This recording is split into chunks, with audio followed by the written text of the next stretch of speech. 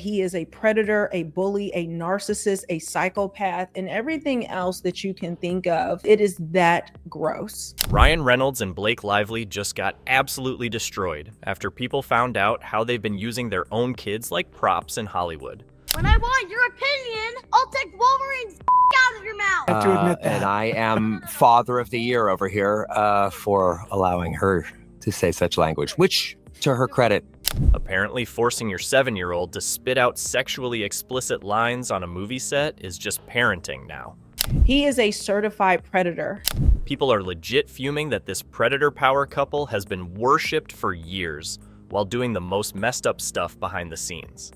So, here's what actually happened. What Ryan Reynolds forced his daughter to do on Deadpool is one of the most abhorrent things I have ever heard of. In July 2024, the Deadpool and Wolverine commentary track dropped and caused chaos. Not for the action or jokes, but for what it exposed behind the scenes. Only co-star I argued with.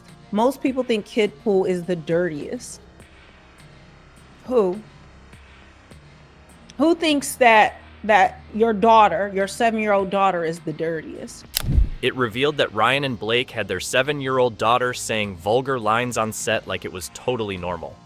And if you actually dissect the lines, they are catastrophically gross. A specific line from the movie, which had flown under the radar until recently, became the focal point of a disturbing revelation involving Ryan Reynolds and his daughter, Inez Reynolds. Deadpool Prime here. Poor guy. Our fight isn't with Hey, you. when I want your opinion, I'll take Wolverine's out of your mouth. In the commentary, Ryan casually admits that the voice behind the character Kidpool, the younger version of Deadpool, was his own 7-year-old daughter. And the line she delivered wasn't something playful or innocent. It was a line involving a crass joke directed at Wolverine's character. Guiltily, that is my daughter, I'm Inez. so sorry we have to admit that. And I am Father of the Year over here for allowing her to say such language, which, to her credit, she really didn't want to say. The actual line delivered by Kidpool in the movie, which is part of a humorous fourth wall breaking sequence, includes a reference to taking something out of Wolverine's mouth. Reynolds admits on tape, in his own words, that the line came from his daughter, and more importantly, that she initially refused to say it. And then came back later and said, I want to say it now, when I started looking at other people to play Yeah, it. but Ryan, to our discredit, we made Nezzy do, I'm not shitting you, 70 to 500 versions of that line. Yeah. Instead of respecting that boundary, he and director Sean Levy reportedly told her they'd cast someone else. As Reynolds explained, she changed her mind and agreed to do it. That alone raises red flags. But what came next was worse. What type of number is that? Let's go with the high end since you want to be an ass. And let's say 500 times you made this girl practice different iterations of Wolverine having his male genitalia in her father's mouth. Deadpool. Sean Levy admitted, laughing, that they made Inez repeat different versions of the line anywhere from 70 to 500 times. While the number may have been exaggerated for comedic effect, it still speaks volumes about the normalization of pressuring a child into participating in material that, by any reasonable standard, should be deemed inappropriate for someone her age. And she didn't want to do it because she's a little girl. And she shouldn't have done it. She shouldn't have been forced to do it. And I want you to hear what else they say. This wasn't just one take.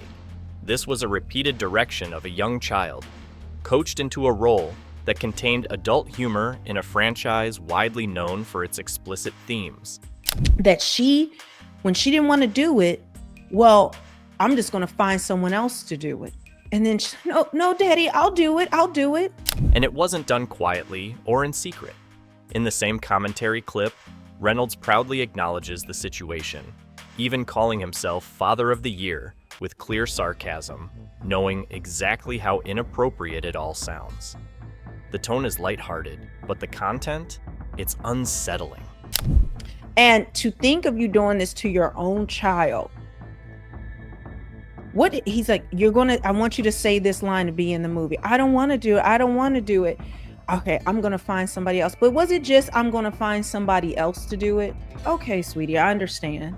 What makes this controversy different from previous Hollywood parenting scandals is that it didn't come from a leaked email or paparazzi report. It came directly from the people involved. Totally, that is my daughter, I'm Inez. so sorry we have to admit that. And I am Father of the Year over here. Reynolds and Livy both spoke openly about this behind-the-scenes decision as though it was normal, even commendable. That casual admission became a turning point for many fans and critics. This is what Marvel has decided is appropriate. So, across platforms like X, formerly Twitter, TikTok, and Reddit, reactions ranged from disbelief to outrage. Content creators like Melanie King and Andy Senior covered it extensively, using timestamps from the official commentary to highlight the moment Reynolds disclosed his daughter's involvement. only co-star I argued with. Most people think kid pool is the dirtiest. And if you actually dissect the lines, they are catastrophically gross. But who thinks that your daughter is the dirtiest? The comment sections were flooded with users questioning how Disney, the parent company of Marvel Studios, allowed such content to slip through without any sort of safeguard for the child involved. But I know you don't seem to give a damn about your child. Clearly, from this clip I'm going to show in a second. But it says, she's also pretty good at back talk and never taking out the trash. And that's where the ethical boundary gets complicated.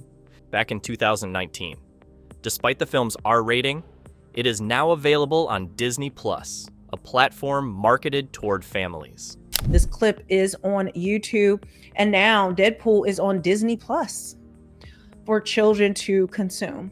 No parental advisory accompanies this particular behind-the-scenes segment, and no warning is given that it includes a child actor delivering a line that could be interpreted in highly adult contexts. Pretending like they didn't do anything wrong, still lying on Justin Baldoni, saying that he is a sexual predator.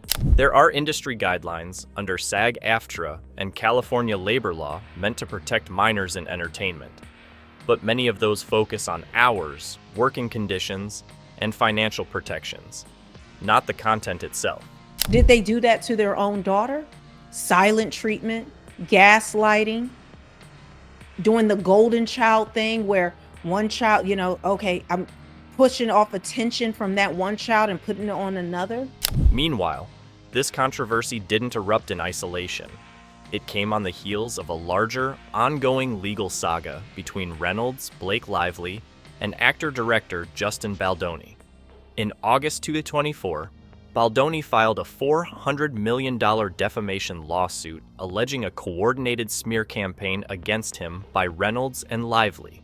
Treating her like crap because she doesn't want to say this, and she feels forced to do it. Because daddy won't be happy, mommy won't be happy. Will mommy and daddy love me anymore if I don't do it? Central to this suit is the Deadpool and Wolverine character Nicepool, a man bun-wearing, overly polite superhero mocked in the film. One that Baldoni's legal team claims is a thinly veiled jab at him. The timing of the Nicepool character, who bears a strong resemblance to Baldoni, even sporting the same hairstyle he had been growing out for cancer donation, raised eyebrows. This is grooming on the screen. For a child, a little girl, to have to say this, Disney, what the hell is wrong with you? Reynolds didn't outright deny the inspiration. In fact, in a legal motion filed in December 2024, Reynolds acknowledged the similarities, but attempted to defend the portrayal as satire. His legal team argued that the character was a comedic construct, and that any offense taken fell under protected speech. He can't take the joke because he's thin-skinned. And we see this is what bullies do. If you can't take their joke, their mean dig, their horrible bullying, well, then you're thin-skinned, you're sensitive. Reynolds also moved to dismiss the defamation suit, labeling Baldoni's complaints as examples of thin-skinned outrage, and suggesting that the actor was attempting to manufacture sympathy over fictional content. The motion, filled with sarcastic language, mirrored Reynolds' public persona. But for critics, it revealed an alarming unwillingness to take accountability. even when serious claims were on the table. And you just don't get it. And what's wrong with you? They gaslight you into believing that something's wrong with you, that you can't find the humor in them, bullying you and doing the things that they're doing. Blake Lively's involvement in the legal mess has been less vocal, but no less significant. She reportedly co-signed on several joint decisions during the It Ends With Us production delays, and is named in the lawsuit as a participant in the alleged campaign to isolate and discredit Baldoni. Her attendance at 7 Taylor Swift concerts in 2023, including one during a production delay she blamed on illness, became a sticking point in public criticism. So whenever Blake needed an excuse, it was literally like, oh, I got strep throat. The kids are sick. Though Lively hasn't filed her own motion to dismiss, her team has defended her conduct, framing her as a mother balancing career and family. But the criticism isn't going away. Instead, legal analysts suggest her silence may be strategic as Reynolds takes the brunt of the public heat. Still, her connection to the ongoing litigation could have long-term implications, especially if Baldoni's legal team succeeds in pushing forward to discovery and depositions. These legal defenses, laced with sarcasm and deflection, haven't landed well with the public. Many see it as a doubling down, using celebrity privilege to dodge real accountability. The combination of exposing a child to adult-themed work, weaponizing satire against a former colleague, and attempting to spin the narrative as overreaction has created a perfect storm. And so far, neither Ryan Reynolds nor Blake Lively has done much to calm it. I believe Ryan makes true statements, but the way he phrases it, or he's had this nice guy, I don't know where they get this nice guy from. He has this nice guy joking persona that they don't take it seriously. It's not real. And not only this, Ryan Reynolds has long been painted as the charming, funny family man, the guy who makes cheeky tweets about parenting and posts cute red carpet moments with Blake Lively. But if you take away that lens of, oh, he's nice and he's just joking, and you actually listen to what he is saying, you start to realize he is speaking these truths and he's telling on himself, much like Blake Lively does. But once you pull back the curtain, a much more calculated version of Ryan starts to show. One that has left co-workers, collaborators, and even his own family tangled in a pattern of manipulation. In a way, but yeah, now when you look at the pattern, that was very manipulative, and it was almost as if he knew he would need those excuses, so he laid the foundation for that very early on. This thing I caught on your Instagram last night, and it blew my mind and connected in a way of just how Ryan and Blake use their kids. One of the biggest allegations comes from behind the scenes of his projects, where multiple insiders claim Ryan used his own children as tools to adjust filming schedules. It was so manipulative in a way, and it was all in a guise to get Justin to move his entire production so Ryan could get a week off, get some extra time with his kids or whatever. In particular, during the early stages of production for It Ends With Us, it's reported that Ryan pressured Justin Baldoni to shift the entire filming schedule under the guise of needing more time with his kids. At first glance, it sounds like a devoted dad asking for some flexibility, but when you consider the power imbalance and timing, the situation looks far less innocent. I remember the text that he sent to Justin when Justin sort of wrote Ryan. Justin wrote Ryan like, "Hey man, just saying hello. We're gonna be working together." I thought it was actually a very nice text on his part. And then Ryan like ghosted him, kind of left him sitting there waiting, and then finally responds. According to people close to the production, Reynolds sent Baldoni a delayed response after being contacted about their work together. And like uses his kids in that text to be like, "They're everything to me, and it's my way to my heart and the way to destroy us."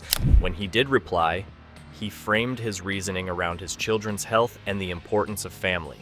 He wrote about how his kids were sick often, joking about them having the beta version of the immune system. But beneath that tone was a strategic move. It planted an excuse early on, one that could be pulled out whenever needed. And sure enough, throughout the process, Blake Lively reportedly used the same kids are sick narrative to delay shoots and call out of work.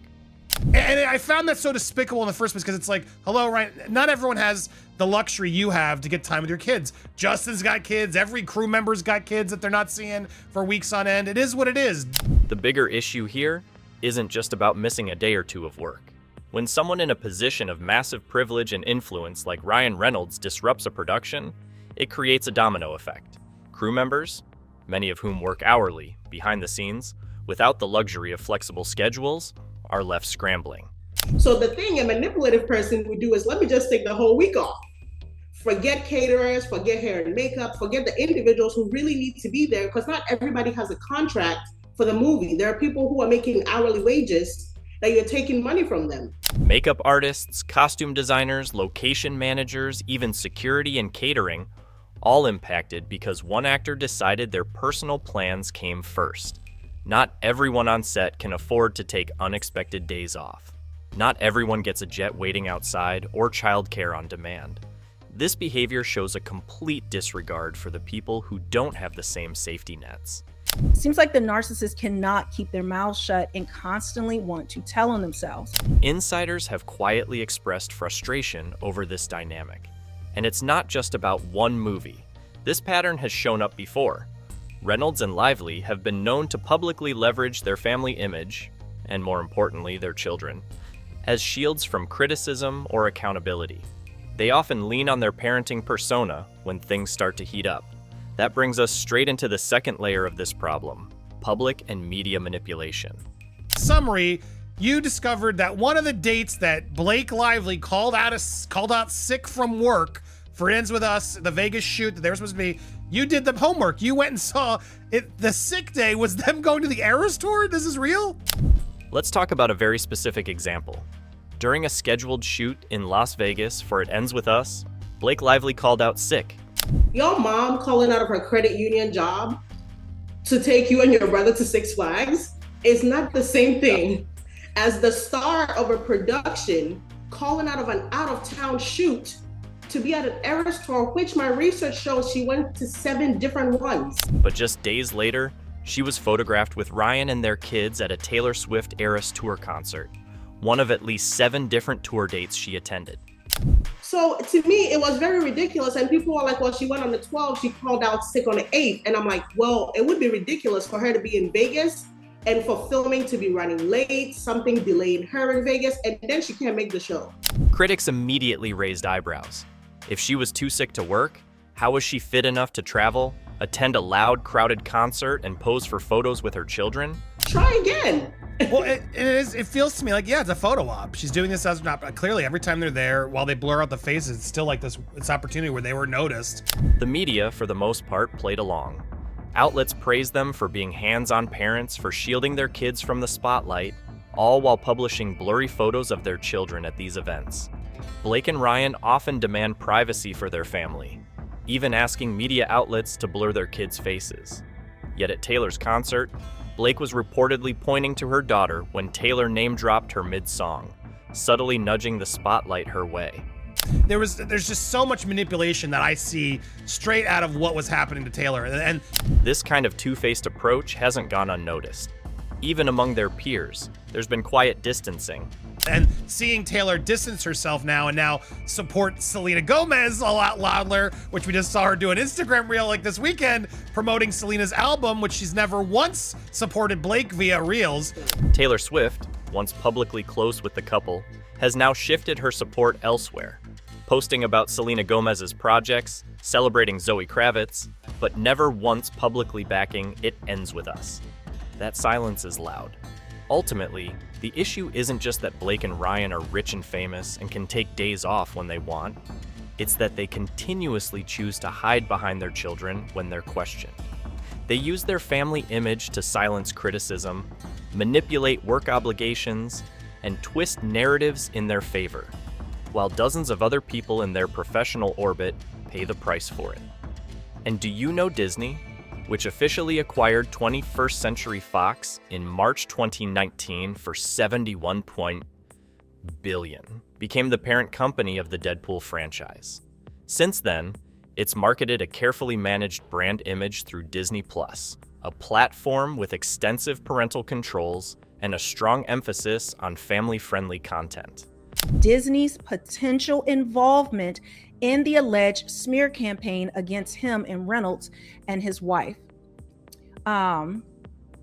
against him by Reynolds and his wife. But Deadpool and Wolverine was promoted across Disney's channels without disclaimers about the behind-the-scenes use of child voice actors for mature content. No warnings, no opt-outs, no transparency. Baldoni's legal team is now going to try and do a deep dive into Deadpool and the funding for the film, as well as the actors and producers who were aware of this bullying when filming. Legal teams tied to the Baldoni lawsuit are now preparing to dive into the production logs, casting decisions, and internal communications. Brian Friedman, Justin Baldoni's attorney, said in a March 2025 statement to TMZ that they intend to explore Disney's involvement in what he referred to as a coordinated campaign, pointing directly at the funding and production oversight behind Deadpool. But this is really bad for Disney. This is really bad for everyone involved, especially when you start to see the notes, what was said, the minutes, any recordings.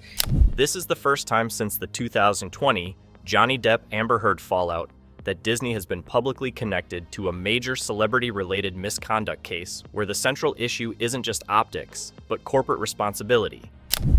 I have talked about before, Disney is in trouble. Marvel's in trouble. The studios involved are in trouble.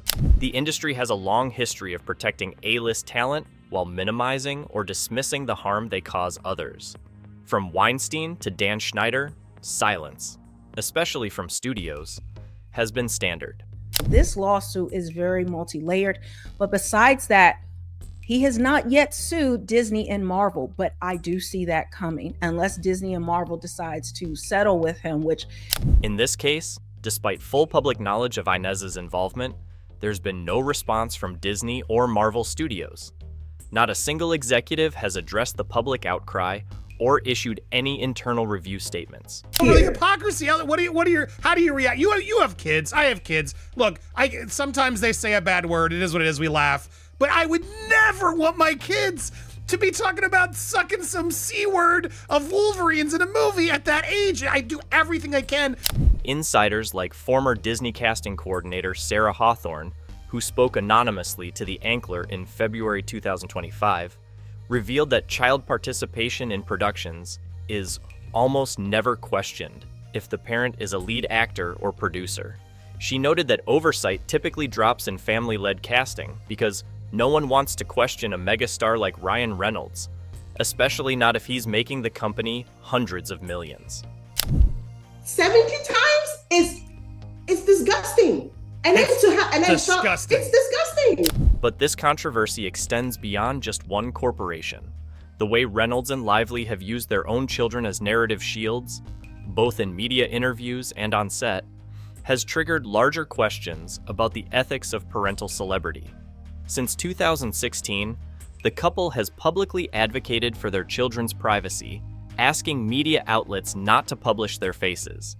Yet, they repeatedly walk red carpets with their kids and publicly comment on their parenting, making them part of their public brand. The contradiction is glaring. You discovered that one of the dates that Blake Lively called out sick from work for It Ends With Us, the Vegas shoot that they were supposed to be, you did the homework. You went and saw it. The sick day was them going to the Eras tour? This is real? In November 2024, a TikTok thread by user @ElrichInvestigates went viral after exposing the hypocrisy in Blake Lively calling out sick from filming It Ends With Us, while simultaneously attending multiple Taylor Swift concerts. Public documents showed production delays tied to her absences. Meanwhile, she was featured in fan-captured footage at Swift's Eras tour alongside her children, all while previously insisting on keeping them out of the public eye. This is a sexually graphic comment that he's implying he made 400 versions of. I don't even want to think about who else's C word they were playing with or other versions of the C word that they were making their child have to say and ad-lib against their will. I smile at uncomfortableness.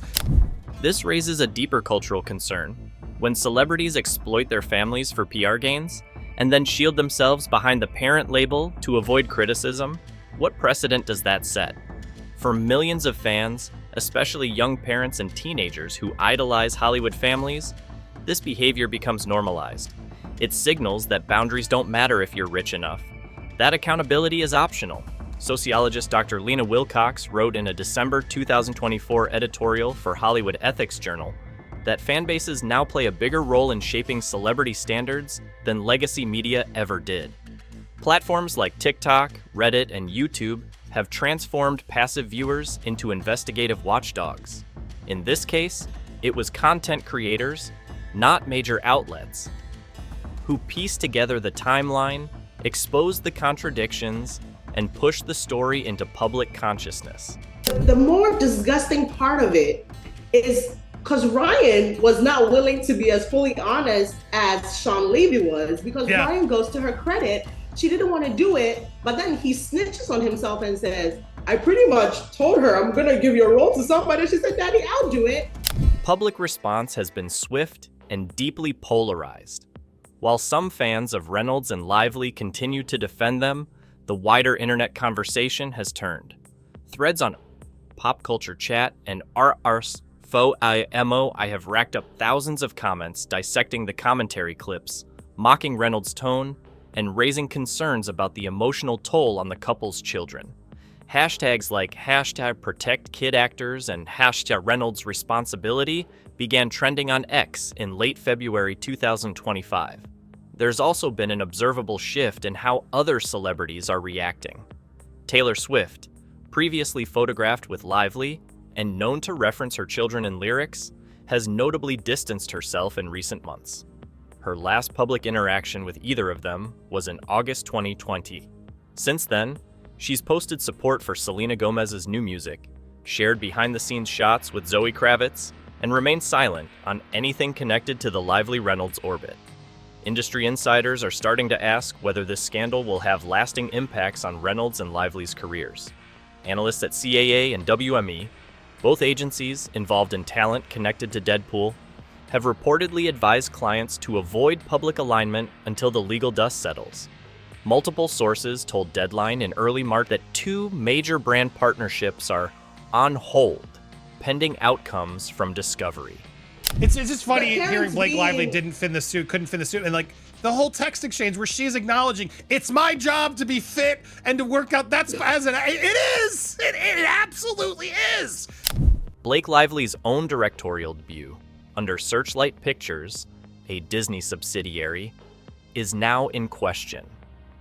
Internally, executives are concerned about press appearances and Q&A panels becoming litigation landmines. Ryan Reynolds, meanwhile, has not announced any new leading roles. His social media, once dominated by branded content, has pivoted almost entirely to generic posts and reposts. The ripple effects are already visible. Streaming platforms that previously competed for exclusives featuring Reynolds have gone quiet. Upcoming releases involving either star are seeing tighter PR controls, reduced early press access, and carefully vetted interviews. Behind the scenes, attorneys are preparing for depositions that may stretch into late 2025, depending on whether Disney cooperates or attempts to settle pre-trial. If you're thinking the same thing about this couple, drop it in the comments so the world knows we're not blind. And hey, don't forget to subscribe.